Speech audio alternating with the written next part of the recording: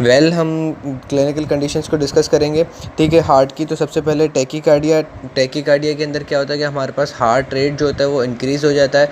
ठीक है, उसके बाद ब्रेडिकार्डिया के अंदर क्या होता है, हार्ट रेट हमारे पास डिक्रीज़ हो जाता है। ब्रेडिकार्डिया नॉर्मली जो इसमें एक इंपॉर्टेंट चीज़ याद रखने की है वो होता है कि हमारे पास एथलीट्स में होता है। एथलीट्स में ये ब्रेडिकार्डिया क्यों होता है, क्योंकि एथलीट्स का क्या होता है कि वो ज़्यादा एक्सरसाइज वगैरह करते हैं तो इनका हार्ट जो होता है वो है ना क्या होता है वो इनलार्ज हो जाता है। हार्ट क्या होता है उनका इनलार्ज हो जाता है, तो उनमें क्या होता है कि ब्लड जो होता है वो ज़्यादा आता है। ब्लड ज़्यादा आता है तो वो लोग ब्लड जो होते हैं वो क्या करते हैं, ज़्यादा पंप आउट करते हैं। उनका कार्डिक आउटपुट क्या होता है, नॉर्मल होता है, वो मतलब ज़्यादा होता है। उनका कार्डिक आउटपुट क्या होता है, ज़्यादा होता है। ठीक है, तो इस ज़्यादा कार्डिक आउटपुट को ये लोग क्या कराते हैं, डिक्रीज़ करवाते हैं। डिक्रीज़ करवाने के लिए क्या करते हैं कि इनका नॉर्मली जो होता है वो है ना हार्ट रेट डिक्रीज़ रहता है।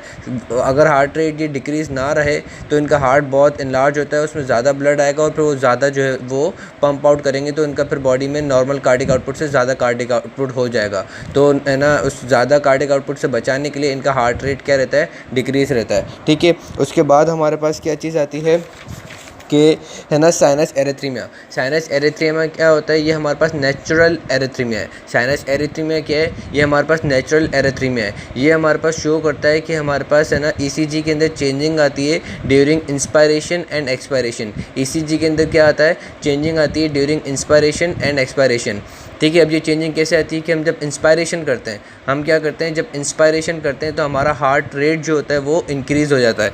क्यों, क्योंकि इंस्पायरेशन से क्या होता है कि वीनस रिटर्न ज़्यादा आता है। वीनस रिटर्न ज़्यादा आता है तो हमारे पास क्या होगा, ब्लड एट्रिया के अंदर ज़्यादा आएगा। ठीक है, एट्रियल रिसेप्टर्स जो होंगे वो स्ट्रेच हो जाएंगे। स्ट्रेच होने से क्या होगा कि हमारे पास बेन ब्रिज रिफ्लेक्स जो था वो एक्टिवेट हो जाएगा। क्या हो जाएगा, हमारे पास बेन ब्रिज रिफ्लेक्स जो है वो एक्टिवेट हो जाएगा ड्यूरिंग इंस्पायरेशन। क्योंकि इंस्पायरेशन में क्या होगा कि हमारे पास वीनस रिटर्न ज़्यादा आएगा, एट्रिया के रिसेप्टर्स स्ट्रेच हो जाएंगे, जिसकी वजह से क्या होगा कि हमारे पास अब हार्ट रेट जो होगा वो इंक्रीज़ हो जाएगा। ठीक है, उसके बाद हमारे पास जब एक्सपायरेशन कर रहे होते हैं, एक्सपायरेशन में क्या होता है कि हमारा इंट्राथोरेसिक प्रेशर -4 से दोबारा -7 से -4 की तरफ आ रहा होता है। ठीक है, तो एक तरीके से हम देखें कि हमारा इंट्राथोरेसिक प्रेशर जो होता है अब वो लेस नेगेटिव होने लगेगा, जिसकी वजह से क्या होगा कि हमारे पास वेन्स जो हैं अब वो है ना ज़्यादा ब्लड जो है वो पोर्ड नहीं कर सकेंगे किसके अंदर, एट्रिया के अंदर, क्योंकि अब एट्रिया पे भी थोड़ी सी कंप्रेशन आना शुरू हो जाएगी। ठीक है, इंस्पायरेशन में हमारे पास क्या थी कि वॉल्यूम इंट्राथोरेसिक प्रेशर बढ़ रहा था, -7 तक जा रहा था, जिसकी वजह से क्या हो रहा था कि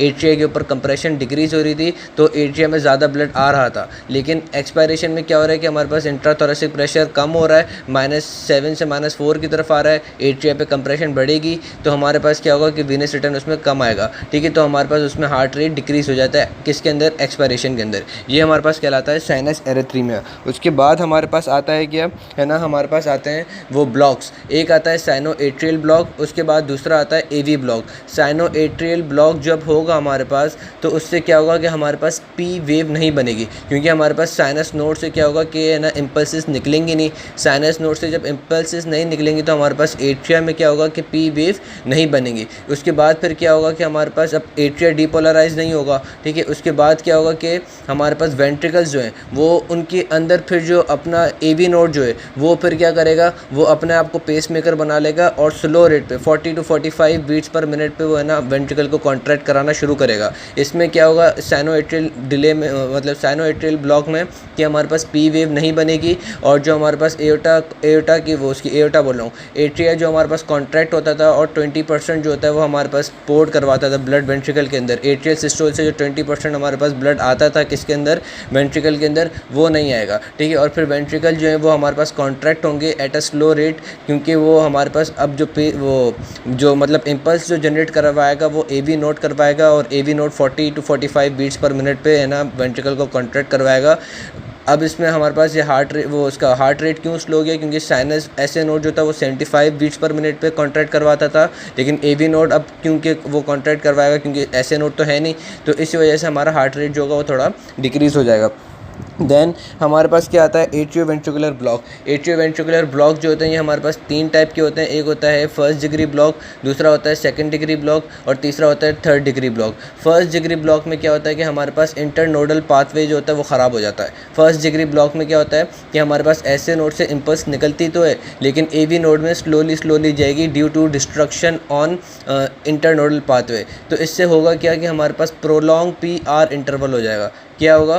प्रोलॉन्ग PR इंटरवल। ठीक है, उसके बाद अगर हम उसमें P वेव बनेगी, प्रोलॉन्ग PR इंटरवल हो जाएगा। ठीक है, उसके बाद सेकंड डिग्री हार्ट ब्लॉक के 2 टाइप्स हैं, एक होता है मोबिस टाइप 1 और एक होता है मोबिस type 2। Second degree heart block के अंदर हमेशा क्या होता है कि P वेव बनेगी, उसके बाद अच्छा सेकंड डिग्री हार्ट ब्लॉक होगा कहाँ? ये हमारे पास AV नोड पे है ना ब्लॉकेज हो जाएगी। सेकंड डिग्री हार्ट पे क्या होगा कि हमारे पास AV नोड से इम्पल्स जो है वो फिर बंडल ऑफ हिल्स और है ना परकंजी फाइबर्स पे नहीं जा रही होगी। ठीक है, कभी कभी चली जाएगी, कभी कभी नहीं जाएगी। ये सेकंड डिग्री हार्ट ब्लॉक की कैरेक्टरिस्टिक है। अब इसकी 2 टाइप्स है, मोबिस टाइप 1, मोबिस टाइप 2। मोबिस टाइप 1 में क्या होगा कि हमारे पास एक तो प्रोलॉन्ग PR इंटरवल हो जाएगा।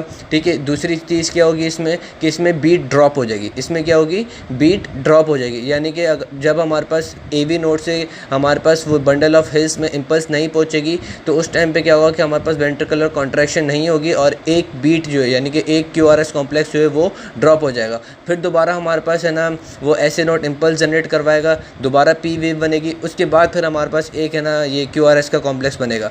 फिर क्या होगा? दोबारा P वेव बनेगी, फिर हमारे पास बीट ड्रॉप हो जाएगी। यानी कि हमारे पास रेगुलरली बीट ड्रॉपिंग प्रोसेस होगा किसके अंदर? मोबिस टाइप 1 के अंदर। और मोबिस टाइप 2 में क्या होगा? उसमें तो एबनॉर्मल पैटर्न होगा। उसमें क्या होगा? एबनॉर्मल पैटर्न होगा। मोबिस टाइप 1 में हमारे पास बीट ड्रॉप होगी और प्रोलॉन्ग PR इंटरवल, और मोबिस टाइप 2 में एबनॉर्मली टोटल है ना पैटर्न होगा। उसके बाद थर्ड डिग्री हार्ट ब्लॉक में क्या होगा कि हमारे पास P वेव का जो मतलब P वेव और QRS कॉम्प्लेक्स इनका आपस में कोई रिलेशन ही नहीं होगा।